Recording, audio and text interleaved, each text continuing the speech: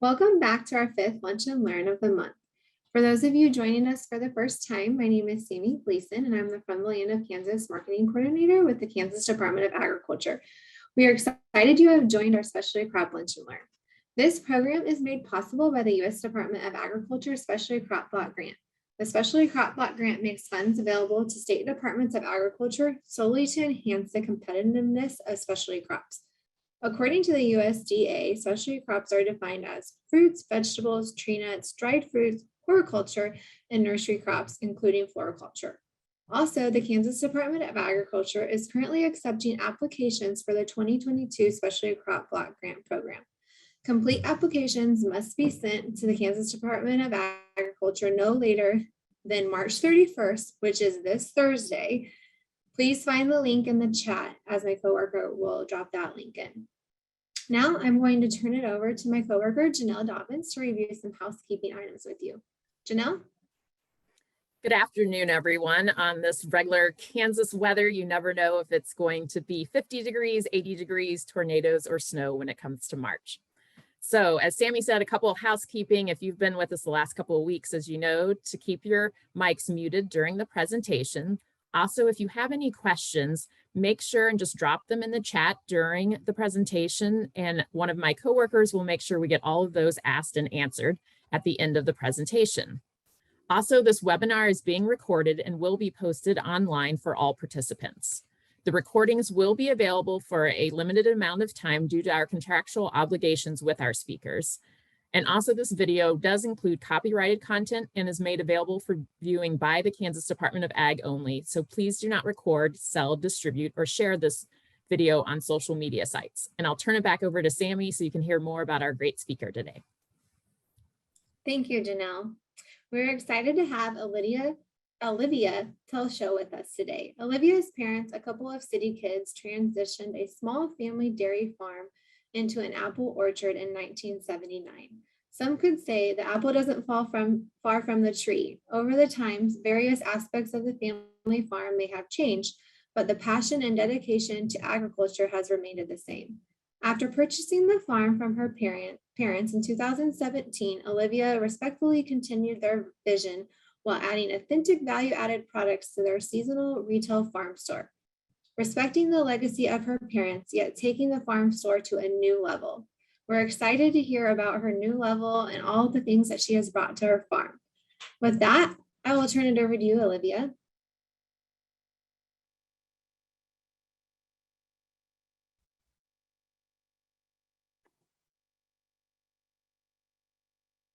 Welcome to the importance of value-added products in our farm store. My name is Olivia Telschow. I am the owner of Helene's Hilltop Orchard in Merrill, Wisconsin. I purchased the farm from my parents back in 2017. Prior to me, we had 5 generations that had farmed the land and made their own way of farming. I quickly recognized at that time that if I was to continue selling my products the same way that my family had for 5 generations before me, I would be the last generation. So with that, I needed to rebrand our farm. I wanted it to be reflective of me, my vision, my passions, and also then be able to leave something for the next generations ahead of me. So it's really important that I make it a reflection of us and keep it fun. We started looking at value-added products and we set some goals. Let's face it here, we needed to increase our farm viability. We needed to make sure that we were making some money.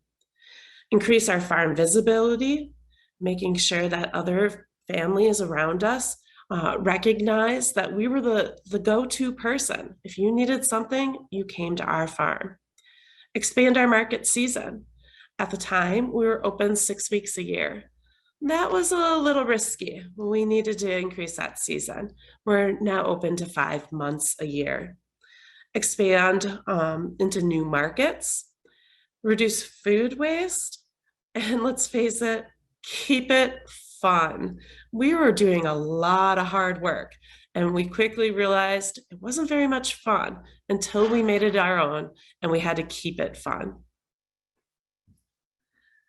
So value-added products are customer-driven. Yes, customer-driven, meaning you need to know who your customer is. Do a little work on this. You may be surprised. I was. What needs do they have? And how can you solve that need? So I'd like to introduce you here to our ideal customer. This is Richard and Sue. They are a recently retired professional couple who first visited us in August of 2019. Now they lived 120 miles away from our farm. That was kind of surprising for me. They heard about us because they were at one of their local wineries and someone said to them, "Hey, you got to check out this Thursday night sunset dinner over in Merrill. It's at an apple orchard." They have 2 adult daughters who are married. They have 4 grandchildren and they have a dog. Yes, I'm including that dog in my ideal customer. They had 2 transactions in 2019. One of those being tickets purchased to our dinner, and then a second transaction where they purchased some bakery products. They spent in 2019 approximately $227. Hey, that's not too bad for a first-time customer. So we need to ask ourselves, what does value added mean in 2022? There's 5 factors that really go into that definition. Let's outline those. Number 1, transitioning a raw agricultural product into a high quality end product. Think about that for a second. That's your typical definition that you think of when you think of value added. Examples would be canned goods. Taking your leftover blueberries, making jams, jellies out of them. For myself, I'm making apple butters, apple salsa, applesauce. Dried goods, things like dried herb packets or zucchini flour. Wood products, what? Yes, wood products. We kind of incidentally stumbled upon that venture when we started making farm to tables in our barn cellar for people to sit at. People love those farm tables. They wanted them. We had used wood from our own farm. So we started a whole new adventure designing these farm tables for people. Frozen goods. Sometimes just processing fruit and vegetables are enough to make customers happy and pay more for that product. Bakeries. We have a lot of frozen bakery products that we've added to our collection. And meat kits, things like ready-to-eat products like fresh bakery, meal kits, and salads. It's the same lettuce that you're selling. You're just creating a salad from it. So you need to take 4 steps when you initiate a new value-added product. And the first is to identify that concept. You need to define your product. Who will buy it and what need? Remember, you need to fill that need so your customer is determined to buy that product. Where will you sell your product? Are you selling it at a farmer's market? Are you selling it at your farm store? Or maybe you're selling it online. Or if you're very adventurous, going into a wholesale business. Whoa, that's not for me. What resources are needed to make this product? And that's where you do your research. Not only are you identifying the ingredients, the supplies you need, but you're also identifying, do you need kitchen space? Does it need to be a processing kitchen? Does it need to be a commercial kitchen? Are you able to use a shared space? Or maybe you fall under cottage laws, which allow you to make products in your own home. You have to do your research. It changes state by state. So looking at this picture, we have our raw product. We have apples. I'm from Wisconsin. Sorry guys, they're Honeycrisp apples. That's what it's about here. We had some equipment to use in our bakery. We established ourselves as a processing kitchen with a commercial kitchen. We obtained our restaurant license as well. Why have 3 different licenses? It made a difference for us. We were able to bridge that gap in between different licenses and be able to cover ourselves securely with the equipment and also the facilities that we already had. Yeah, my husband wishes he could peel apples that quick. All right, let's identify our recipes and our processes. And I know you're taking these small batch recipes, maybe it's grandma's recipe, I did it, and you're scaling those up appropriately. That can take some work. It can take some time, and it also takes some testing. You need to list out all those ingredients used in making your product. Now, remember, apples change consistency over time. So you have to keep that eye on the variability of the raw product as well. Maybe grandma had that secret ingredient. You really need to look at putting that into your entire recipe process. You need to identify sequences of the ingredients as well. Just because you make a recipe a certain way doesn't mean your staff knows how to make that recipe the same way. This needs to be documented specifically. You need to identify the pre and post processing details, cleaning methods, tools used, size of containers that you're using, the size of equipment, time, temperature. There's some really good HACCP plans online. Look at those because those are going to help you create your own HACCP plan if that is needed in the future. Identify record keeping requirements. Every batch needs to be recorded specifically. Also, identify and secure licensing if needed. So that's the time to work with your healthcare professionals and also the USDA, FDA, depending on what type of venture you're taking on. So here we are making apple pies and fruit lover pies. You need to analyze the results. You have to test the quality of your finished product. Yes, that means sampling it, tasting it. A lot of times when you're working with a small batch product, it tastes just like grandma made it. But when you start scaling that up, a little bit of grandma goes out the window too. So make sure that that product tastes like what you want it to taste. Also, quality means shelf life. If you're having a frozen product that you want to be able to sell 9 months later, make sure that you've ensured the food quality and food safety of that product. Has consistency been established? When a customer buys that product, they want to buy it every time, knowing it will taste the same every time. Have you created processes that can be replicated by others? I know we get in the habit of saying, I'll just do it myself, but you can't do everything yourself. And you're going to need to delegate some of these processes to other people. Is the process there to be delegated? Most importantly, you need to analyze the break-even versus profitability equations. Now, this one can be tough for a lot of people, but I want to remind you that break even means you have to sell X amount of jars of apple butter before you even pay for your supplies. You haven't made any profit yet.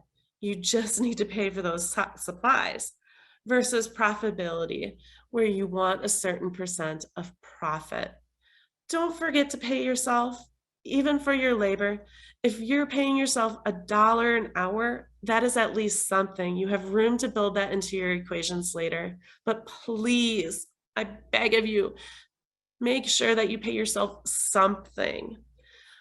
Developing a legal label, nutritional facts may be needed, but you need to work on that as you're doing your analyzations. I want to take a look here at some labels. These were just samples that I had our graphic designer make up. And there are rules in every state that go over how a label needs to look. But I just want to point out a couple of things. On the left-hand screen, you're going to see Helene's Hilltop Orchard, all our love, thank you. That's a reflection of us. We wanted our label to be personable. We have the product name, Down below, you're going to see natural, authentic, and unique. Now, we don't use natural in our labeling. This was just an example that he did. We use the word wholesome, authentic, and unique. Those are our values. Now, our name, address, ingredients, those when he did them are not up to code. They're not legal because they aren't a large enough font, but we did end up having him correct that. And you're going to notice there a little stamp that has Wisconsin on it. We wanted to make sure that the people that we are marketing to recognize that it's a local product. And on the right hand of the screen, you're going to see the label that's round and it says Helene's Hilltop Orchard, proudly made in Wisconsin. There is no national or statewide coalition that monitors that. That is us just putting our brand on that product, saying, hey, we are really proud that we're making it here in Wisconsin. So you're going to implement the launch of that new value-added product, and you need to exceed your customers' expectations. That's why it was really important to know who your customers are to begin with. My customers expect a product that looks absolutely amazing. They don't want a product that is canned in a jar from a retail setting. They want a professional looking product. They want a product that provides consistent results. Every single time they buy it, it's going to be the same exact taste. Ensure that a product is available to buy. And you may think, what does that mean? Just because you can make a product doesn't mean that you always have it in stock. You need to ensure that they can buy that product when they want to buy that product. Historically, we looked at seasonability, meaning that certain products were only available during certain seasons. Unfortunately, although that's how crops grow, customers value being able to have those products year round. So we need to make sure that we have enough blueberry jam all 12 months of the year rather than just during blueberry season. You need to continue to keep excellent records. You're going to go back to those records and look, and you're also going to be required to present those records in case you get any type of recall or state survey. Continue to audit your product. Continue to audit the consistency of it, the quality of it, and also the financial aspects of it. Ingredient costs change, labor changes, glass jars, the price of those change. So continue to audit your product. So here we have on the left our frozen apple pie. Every time a customer receives a frozen apple pie, that is exactly what that looks like. They know what to expect. On the right, we have our apple pie that is baked.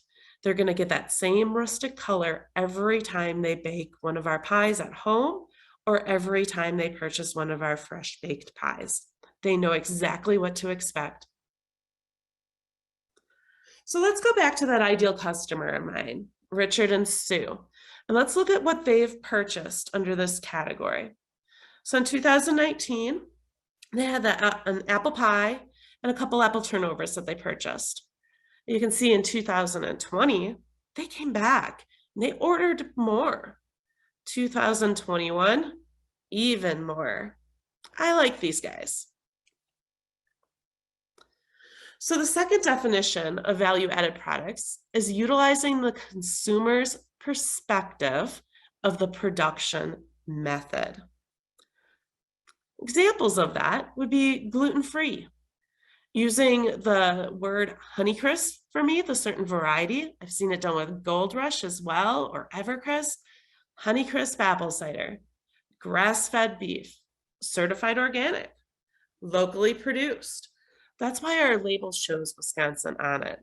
So you're taking a little bit of what makes that better than another product, and that's creating value. It's that perceived value. So things like Honeycrisp apple cider, my Honeycrisp apple sauce, and my Honeycrisp apple butter are things that we have invested in. You're going to repeat that same process as the previous example. You're going to identify that concept. You're going to identify recipes and processes, analyze the results, and implement that launch of that value-added product. Really important. You're going to keep on doing that process on all 5 examples. So Richard and Sue, what have they bought in that example? Well, in 2019, they didn't buy anything. 2020, some gluten-free cookies, some Honeycrisp apple cider.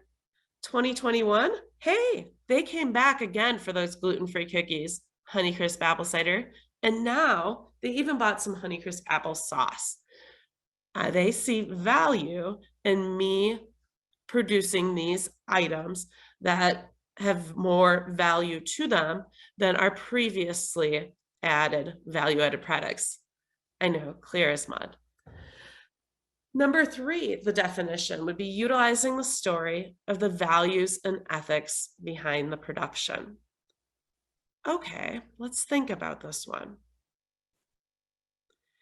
Examples would be women-owned businesses. There are trends out there that show that women-owned businesses have a place in the marketplace. Partnerships with other businesses. We picked up a partnership in 2019 with a local distiller. Our local distiller, he uses products from local sourced farms in Wisconsin to produce all of his liquor. He does not bring in any additional non-Wisconsin products. So when we put our name with his name together and create a product using our apple cider, like apple cider brandy or apple cider schnapps, we're already using that partnership to market and then to increase the value of that product. Artisanal production methods. The artisan cheese industry, the artisan bread industry, those take processes that have some meaning to our customers. And they start thinking, okay, I like that method of production. I am going to spend more on that product because it's produced in this way. We were able to add our artisan bread line to that product sample. Sustainable practices. It means something different to every single person, but that term describes a practice, and your customers have a perceptive view of that practice. And then know your farmer relationships. It's really important at farmers market. People want to have a relationship with that farmer. So that's also a way of adding value to your product. You're adding your relationship with them to that product. So here is our Helene's Honeycrisp wine. We partnered with a local winery. They purchase our cider and then make it into wine. And here's also Honeycrisp, put it on the label, but also our name. Our story goes on the back along with them as well, and our photo is located on there as well. Custom mocktails. Here we are with our distiller working on a 3-year-old batch of brandy. And then also on the bottom there, you're going to see a quiche. Now this quiche, we historically had just spinach and feta quiche on the label for years. But as soon as we started sharing what vendor we used at the farmer's market to get our spinach, they were really excited to purchase that product. It created a relationship and a partnership. So let's look at then on Richard and Sue again. What kind of products have they purchased from us in this category? You look at 2019, none. 2020, Great Grandma's bread. We named it Great Grandma's because it was my husband's great grandma's recipe, which was a great idea. People love thinking that little old lady back in the 1920s was making this bread, and they loved how the simpleness of 1920s was, and it sold the bread. They bought wine. Now in 2021, they continued buying those products, but they bought that farmer's market quiche. Now I was offering spinach and feta quiche back in 2020. It didn't appeal to them. And also they bought wine slushies. Was taking that same wine and slushing it. It was a great choice for us. The fourth definition then for value-added products in 2022 is supporting the customer's need for convenience. How many of you are watching this video in your pajamas? There's a good chance that several of my customers are ordering online in their pajamas. Examples are our online store, the ease of ordering when they want to order. You make it convenient. Some people want to order at 2 a.m. Hey, let them. I don't have store hours at 2 a.m., so that's great. Drive-through service. I know, starting a drive-through on a farm, it sounded ridiculous. But when you start looking at other venues, things like coffee shops and fast food, their drive-through lines are full of people. It's unrecognized potential for us. So with the help of COVID in 2020, we implemented a drive-through. We have continued that, and I guarantee you we're never going to discontinue it. It's a way of us recognizing that our customers value their time. What about ready-to-eat meals? Fresh and frozen packaged meals that serve up to 2 or 4 people. Kind of like the old TV dinners. I know, but much healthier for them, right? Meal kits. We offer for our holidays complete what we call stress-free holiday meals. Yes, your mother-in-law still comes, but she's not going to critique the food you're serving. I guarantee you that. Processed vegetables as well. When you think of a zucchini, we get about $1 a zucchini here.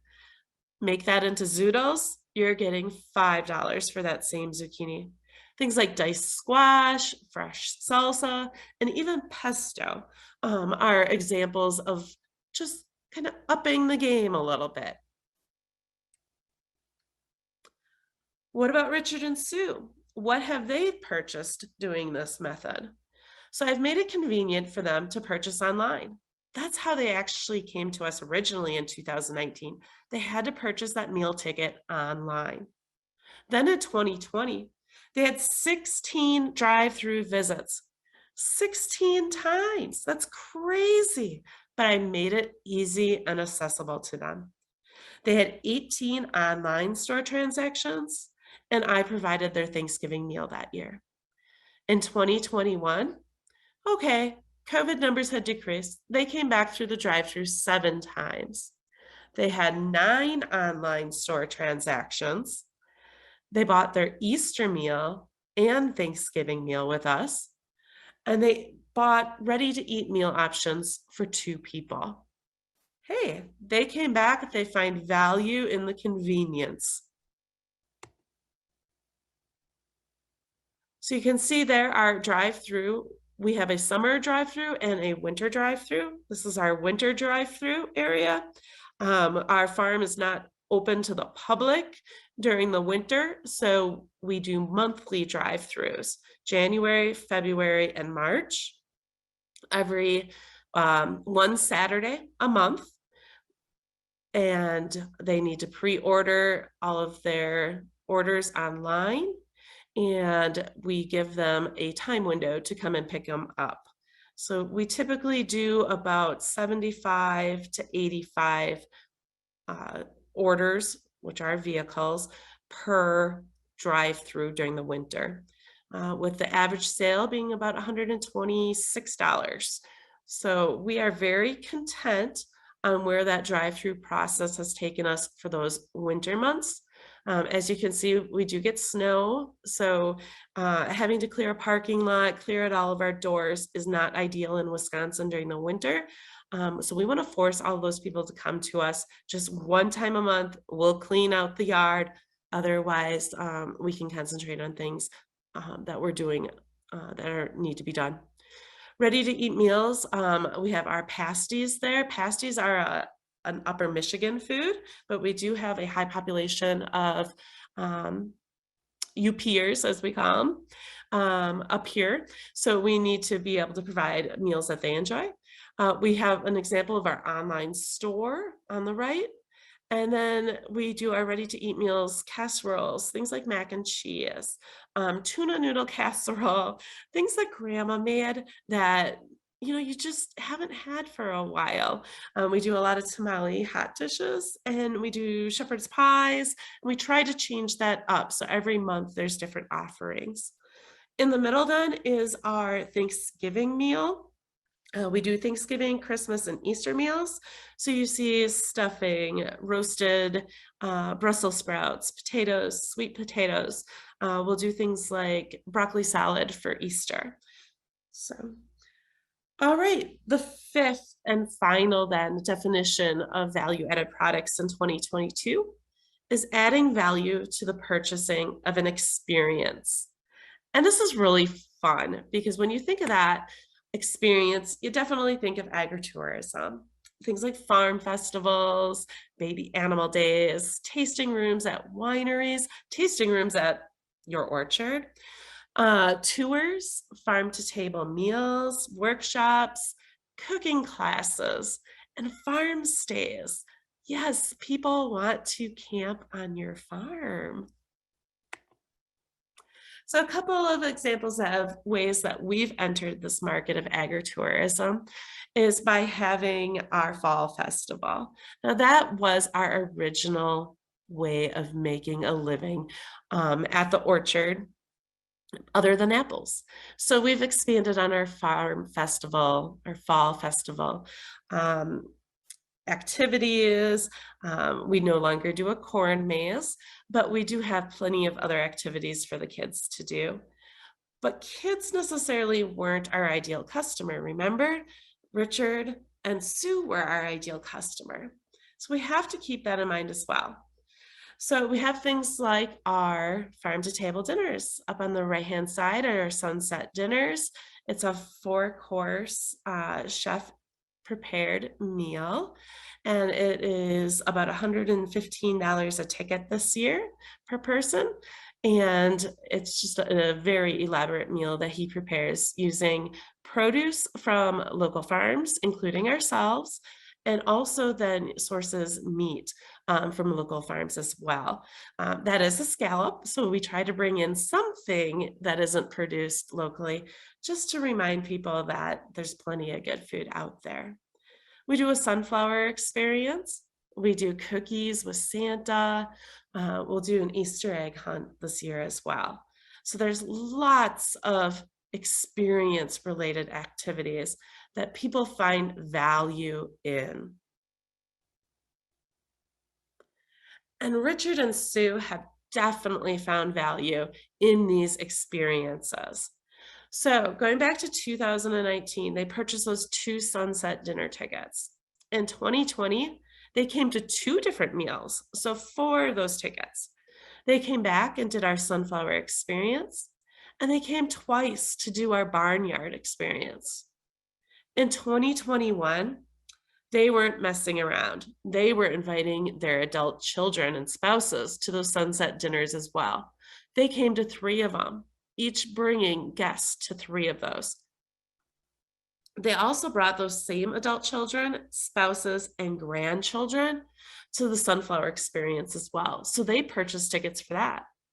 They wanted to bring back those same family members again during our fall festival, and they bought barnyard passes at that time. Only one family was able to go to the Cookies with Santa event, but they bought tickets. And then Richard and Sue wanted a date night, so they bought tickets to our Roaring 20s party that we throw. They definitely value experiences. So did we accomplish our goal? We were able to increase the viability of our farm and the visibility of farm. We created new markets, and we were able to share these experiences with others and keep it fun. Yeah, we definitely accomplished our goals. Richard and Sue's story, though, can show us the actual analytics behind it, the dollar values of it. So think back to 2016. We were an apple orchard. We did have some agritourism. We did have some bakery, but we were an apple orchard. Our primary source of revenue was from the apples. So in 2019, when Richard and Sue first started coming, they spent that $227. Of that, $10 was from the sale of apples. $10. In 2020, they had 28 transactions equaling $1,931. $40 of that was from the sale of apples. Yay, they bought more apples, $40 worth now. In 2021, they had 25 transactions equaling $3,393. I'm smiling. $37 of that was from the price of apples, the sale of apples. And I do want to let you know, we lost our whole entire crop of apples in 2021. So I had to raise the price of our apples significantly. So that $37 was less apples than they had purchased in 2019, but because of the reflection in price, it was quite significant. Looking at that, when I look at the actual sale of apples, I'm saying that, wow, was I missing out on quite a bit of revenue if I didn't offer value-added products. Now, granted, some of that was things like soda. Maybe they bought a hamburger, hot dog. Maybe they bought a set of tea towels in our gift shop. But they were definitely spending very little on apples, our primary agricultural raw crop, than they had been on other things. They value those other things. So in conclusion, what does value added mean in 2022? This is the screen that you wanted to get your camera out. This summarizes everything that we've just spoke about. Transitioning a raw agricultural crop into a high quality end product. Number two, utilizing the consumer's perspective of the production method, using those words like Honeycrisp or grass-fed. Utilizing the story of the values and ethics behind the production. Partnering up with other very high quality businesses that you can trust. Supporting the customer's need for convenience. You need to have that online presence. They are demanding that. Adding value then to the purchase of an experience. Agritourism numbers are soaring, and it's soaring because the consumer, that customer, has driven us to make those investments. They want that product. So I ask you, what will 2022 bring? Are there going to be new trends? Are there going to be additional definitions to value-added products? Or maybe using those definitions, what will your plan be? I'm going to share with you our plan this spring. There's endless possibilities, but this is what we've recognized as where we need to advance into value-added products. Number one is shipping. Guess what? Going back to Richard and Sue, they now winter in the South. We haven't seen them in 3 months. Now, thankfully, they told us that before they moved for the winter, but otherwise we need to get products to them.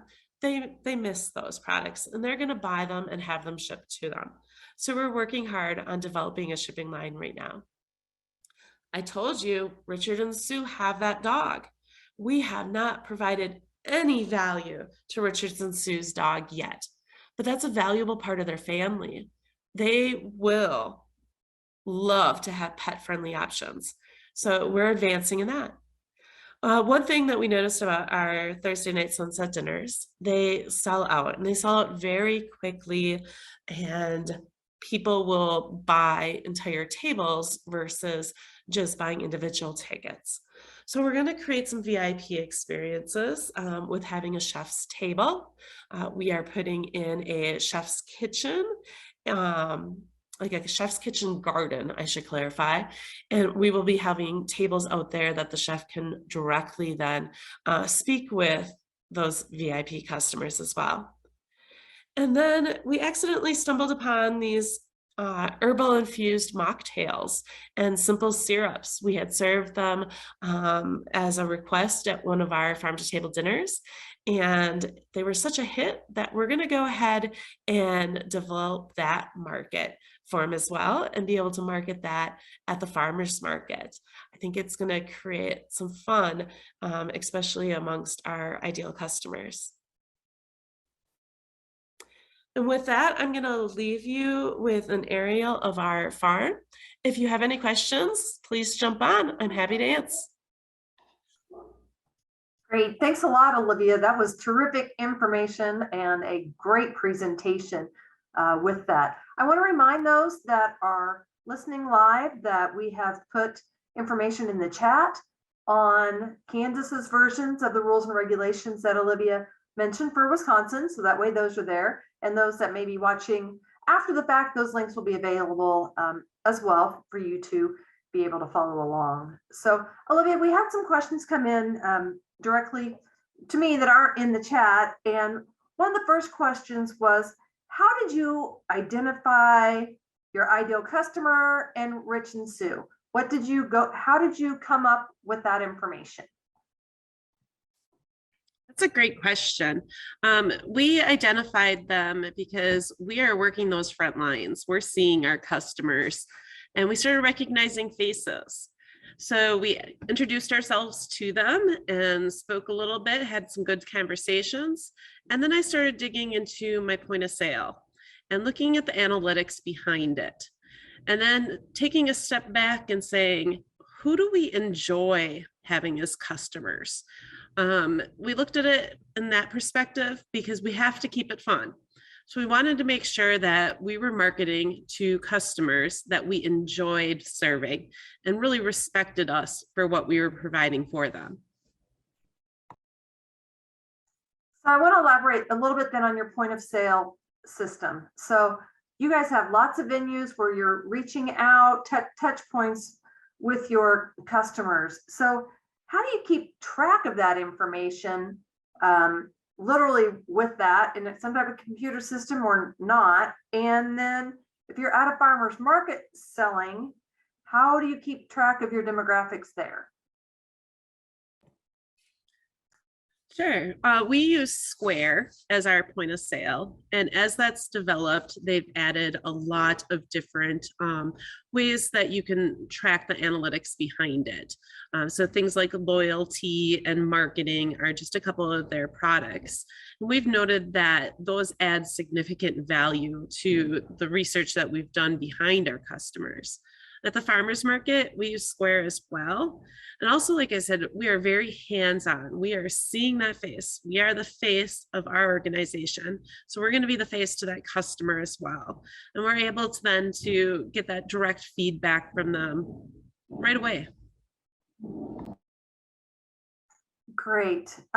With that, you talked in one of the slides somewhere near the beginning that you wanted to make sure that you ensure that you have those value-added products that go beyond the expectations of your customers. So you've got great information, lots of relationship building with that. How do you search for either the really positive comments and how do you get to some of those negative comments so you can do better with your products? I am a strong believer in asking the customer. So when we changed our donut recipe a couple of years ago, we did a taste testing and we published it. We let them know that we were using their opinions to make sure that our products was exactly what they wanted. They were able to vote on the products and they gave us their feedback. Ultimately, we chose the recipe that the customers liked the best. As far as packaging of products go at our farmers markets, we do look at trends. We do look at financial feasibilities as well. We do a lot of our own graphics in-house, but there are times when we have to invest in having things done with a graphic designer professionally as well. They want that to look like a product that is professional. They want it to be something that they are proud to gift to somebody else. So we do have to make sure that what our product appears as in the within our competition, it outshines our competition. Great. I want to talk a little bit about your partnerships. They really piqued interest with those that are on today. And a question came in on your partnerships. Were they purposeful or were they by accident? So our partnerships initially started by accident, meaning we ran into another business owner and they said, hey, we need to get together and start thinking about something. But then we took purposeful action. This is what we can provide for you. This is the quantities we can provide to you. This is what we expect in return. They came back to us and they were able to meet those needs. And then let's decide how we're going to market these appropriately too, because we wanted to make sure that by us putting our name on there, us putting our brand on there, that we really need this to be a reflection of who we are. There's no room for that brand image to be able to get off a little bit or start, going sideways. So they were very purposeful conversations that we had with the partnerships that we've developed. When you have a great product like you do with the orchard there and the apples, with respect to partnerships, how many are too few? How many are too many? When does it go from something that's really special that you're a partner with to now you're partnering with everybody? I love that question.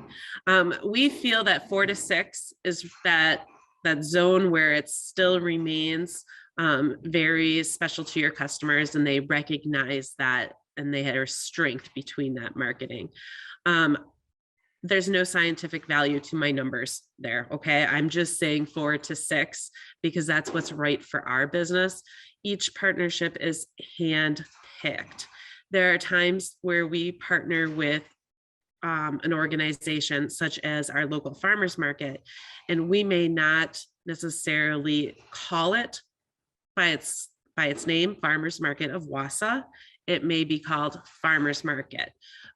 There's that relationship. The customers know that we are a member of the farmers market. We are there every Saturday and Wednesday, and they're able to recognize that, but there's no added value for us saying what specific farmers market it is that we are attending. Our partnerships with the distillery and the winery, we wouldn't add a second distillery. We wouldn't add another winery. These are very exclusive relationships, and we want to be able to relay that exclusiveness to our customers. The same goes with our chef.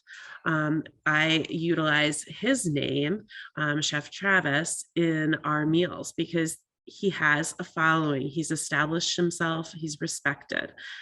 We also have that same brand, and I feel confident when I put his name on our product that it's going to be very well respected. So 4 to 6, any more than that, and it does seem like you're just trying to tail on to that momentum of that value-added product. Great. Kind of following along those same lines, you talked a lot about your farm to table events, other special events. How many farm to tables do you host during the course of a year? We've always hosted 3 of them, one each month, June, July, and August. And then we've had added on events as well, where we don't utilize Chef Travis. We do those in-house, and those are once a month. And then this year, we've also added a second event in July, just a kind of a fun, more masculine type flavor event. Sounds like a road trip with that. A question came in that actually goes back to the very beginning of your presentation. When you talked about your goal setting, you knew you needed to be open more than 6 weeks. You knew you had some great ideas going on with it. Who sat down at the table when it was time to look at your goals? And then the second part to that is, did you put them at 1 year, 3 year, 5 year, 10? When you were trying to think through things. How did that process work in the beginning when you decided to really refocus and go forward? Whoever asked that question, I want to talk to you more because that's all of what I enjoy. We definitely sat down. I got my parents involved, even though they were not owners anymore. I had to respect that legacy that they had left. I had to respect that original vision. And then I, as an independent owner, then had to sit down with myself and say, this is what I enjoy doing.